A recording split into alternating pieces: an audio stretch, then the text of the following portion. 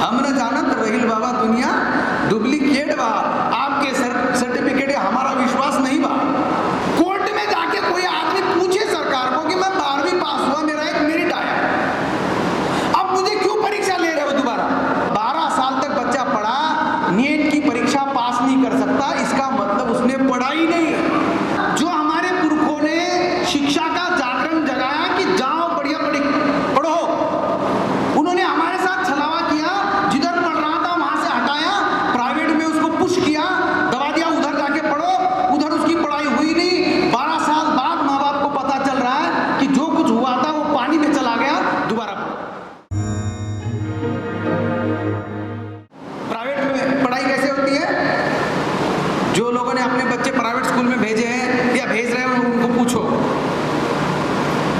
बच्चा स्कूल जैसे आप दाखिला करोगे लिस्ट बना के देंगे, ये चीज भेजिएगा अपने बच्चे के पास, उसका 2-3 टाइप का ड्रेस और प्रकार प्रकार की किताबें, प्रकार प्रकार की नोटबुक, इतना भारी कि एक वयस्क आदमी भी उस वजन को ज्यादा देर तक ढो नहीं सकता, इतना बच्चे का बस्ता भारी। और जाता है बच्चा स्कूल, फिर उसको ये भी लिख के भेजते हैं कि खाने में क्या भेजेंगे। महिला हंस रही क्योंकि रोज इनको भुगतना होगा।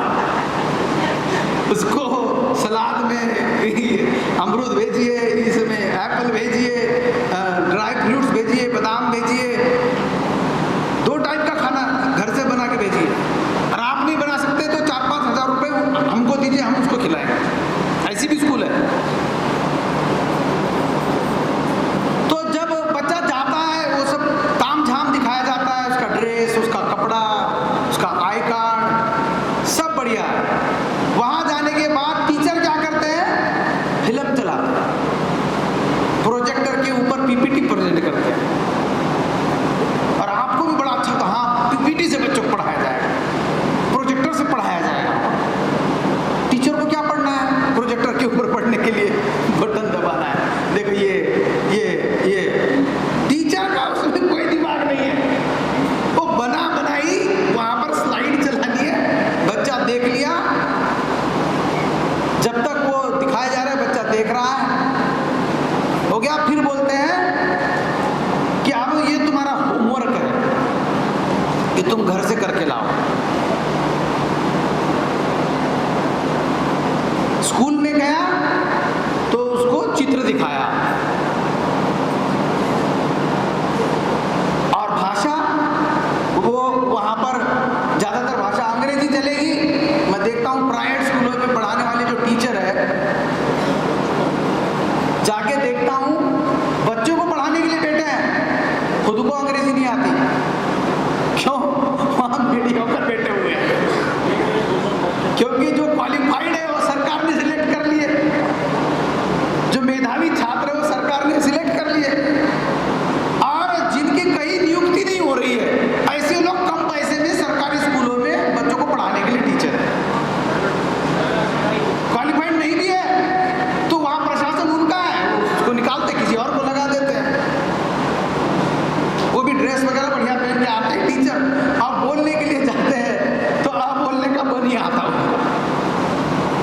अब बच्चे बेचारे, कुछ बच्चे ऑब्जेक्ट करते हैं, घर आके बोलते कि हमारी XYZ मतलब 5 टीचर पढ़ा रही होगी तो 4 निकम्मी है। तो सरकारी स्कूलों से पढ़े हुए बच्चे जब पढ़ लिए, उनको डॉक्टर इंजीनियर बनने के लिए दाखिला देना है, तो सरकार कह रही है कि ये जो पढ़ करके आए हैं 12वीं, ये जहां से भी पढ़े हमारा भरोसा नहीं उसके, इसलिए हम अपने से परीक्षा लेंगे, NET की लेंगे, NEET। इसका मतलब जो सरकार ने 12वीं का सर्टिफिकेट इशू कर दिया, सरकार ये कह रही है कि वो सर्टिफिकेट फर्जी है, तभी ना, नहीं तो उसी मेरिट से एडमिशन हो जाना चाहिए।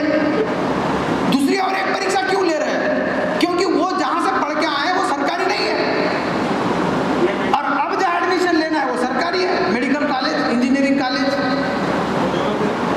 तो वो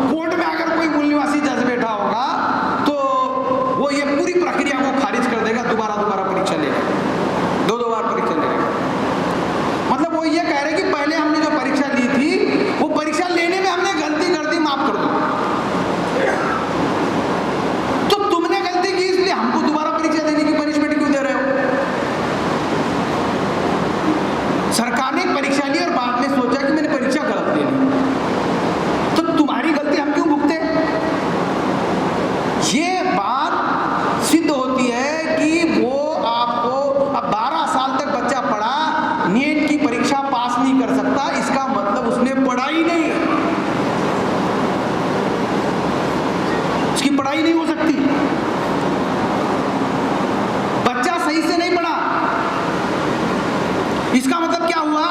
जो हमारे पुरखों ने शिक्षा का जागरण जगाया कि जाओ बढ़िया पढ़ो, उन्होंने हमारे साथ छलावा किया, जिधर पढ़ रहा था वहां से हटाया, प्राइवेट में उसको पुश किया, दबा दिया उधर जाके पढ़ो, उधर उसकी पढ़ाई हुई नहीं। 12 साल बाद माँ बाप को पता चल रहा है कि जो कुछ हुआ था वो पानी में चला गया, दोबारा पढ़ो, 2 साल छुट्टी लेके अब नीट की तैयारी करो, कमजोर रहेगा बच्चा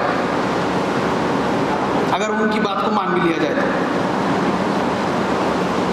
ये साथियों एक बहुत खतरनाक किस्म की साजिश और खतरनाक किस्म की ये दुर्घटना घट रही है कि मैंने पहले तो आपको बताया कि बहुत हमारे लोग पढ़े लिखे हैं,